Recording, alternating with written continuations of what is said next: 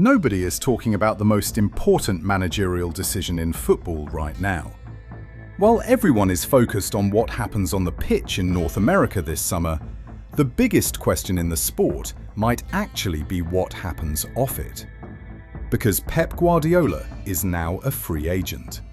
And a free Pep Guardiola is the most dangerous thing in football. To understand why that matters, you have to understand what Guardiola actually is. He is not just a coach. He is not just a tactician. He is the single most influential figure in the history of modern football management, full stop. The way the game is played today, the high press, the positional play, the obsession with controlling space rather than just controlling the ball, almost all of it traces back to ideas that Pep either created, refined, or weaponized at a level nobody had seen before. Barcelona under Guardiola was not just a great team. It was a philosophy made physical. Bayern Munich was a masterclass in adapting that philosophy to a different culture and a different league. And then Manchester City happened. 10 years, 6 Premier League titles, a Champions League, and a style of football so dominant that it forced every other top club in the world to rethink how they operated. When Pep talks, football listens. When Pep moves, football follows. That is the reality of where this man sits in the sport right now. But to understand where he goes next, you also have to understand where he came from and what the journey has actually cost him. The Barcelona years were electric, but also exhausting in a way that was visible from the outside. He left after 4 seasons, not because he had run out of success, but because he had run out of something harder to define. Energy, maybe, or the particular kind of emotional fuel that his style of management demands at an extraordinary rate. Bayern came next, and again the results were remarkable. But the exit came earlier than most people expected. Then City, the longest stint of his career, and even there, by the final seasons, you could see the weight of it starting to show in his face, in his press conferences, in the way certain results hit him. Guardiola does not manage football clubs. He consumes them, and they consume him right back. Every cycle ends the same way. Brilliant, historic, and then gone. The pattern is too consistent to be a coincidence. And that is the uncomfortable truth sitting at the center of every conversation about his future. Pep Guardiola is one of the most intense human beings in professional sport. The level of detail, the hours, the emotional investment he demands of himself and everyone around him is not sustainable indefinitely. There have been moments throughout his career where the burnout has crept close enough to be frightening. A sabbatical after Barcelona. A quieter, more reflective version of himself at various points during the City years. The man who stood in press conferences looking like he was carrying the weight of a small country on his shoulders. That is not performance.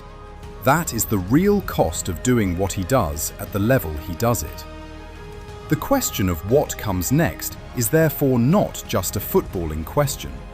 It is a human one. Does he have another full cycle left in him? And if he does, where does he spend it? There is also the overthinking problem, which is real and which his critics have weaponized against him, sometimes unfairly, but not always. The later years at City occasionally showed a Guardiola who was so determined to evolve, so resistant to simply repeating what had already worked, that the complexity sometimes became the obstacle rather than the solution. The 2023 Champions League win was a masterpiece, but some of what followed felt like a man searching for a new problem to solve when the existing solution was already perfect. That restlessness is both his greatest strength and his most consistent flaw. It is what drives him to reinvent the game every few years. And it is also what occasionally drives him to reinvent things that did not need reinventing. So where does he actually go from here? The most obvious path is back into club management, but not anywhere predictable. Guardiola has never been interested in repeating himself geographically. He has been to Spain, Germany, and England. The next frontier, if he goes back to clubs, is likely somewhere that represents a genuine new challenge, a project with something to prove.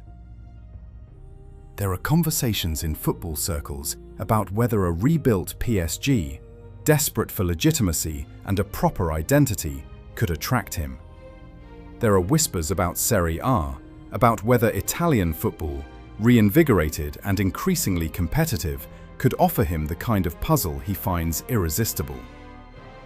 A return to Barcelona has never fully gone away as a conversation either, particularly given the emotional pull of the club that made him and the state of chaos that has surrounded the Catalan giants in recent years. Pep returning to fix what Barcelona broke would be one of the great football stories of the modern era. Then there is the national team route. And this one is genuinely fascinating because it represents something Guardiola has never done. The rhythms are different, the contact time is minimal, the ability to implement deep tactical ideas is limited, but the stage is incomparable. Spain would be the dream appointment for a generation of supporters, though the timing would need to align. Brazil is a possibility that surfaces every time their national setup looks broken, which is often. And England, perhaps the most intriguing option of all, a nation still searching for someone to finally build something coherent and lasting, with an extraordinary pool of talent that keeps under-delivering.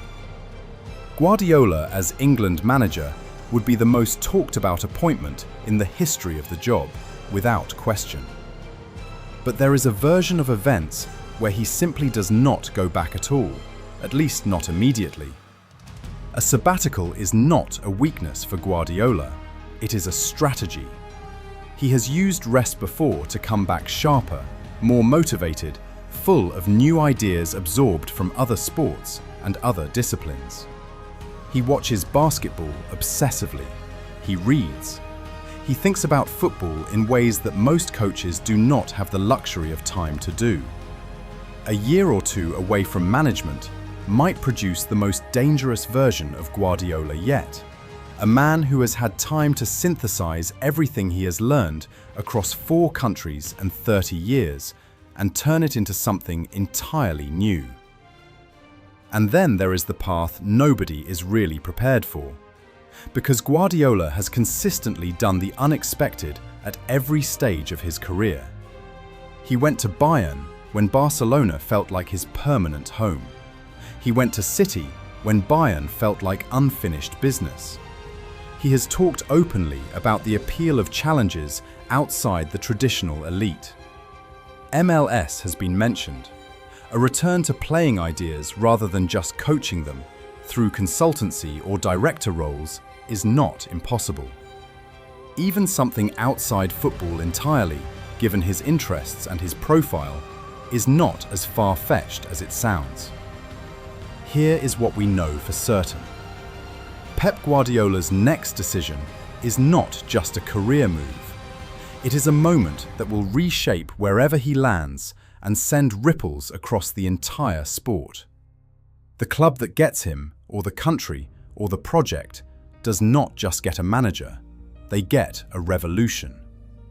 And in a summer where the world is watching North America for the next chapter of football's story, the most important next chapter might actually be written in whatever quiet room Pep Guardiola is sitting in right now, thinking about where he wants to go next. Because when he decides, everything changes.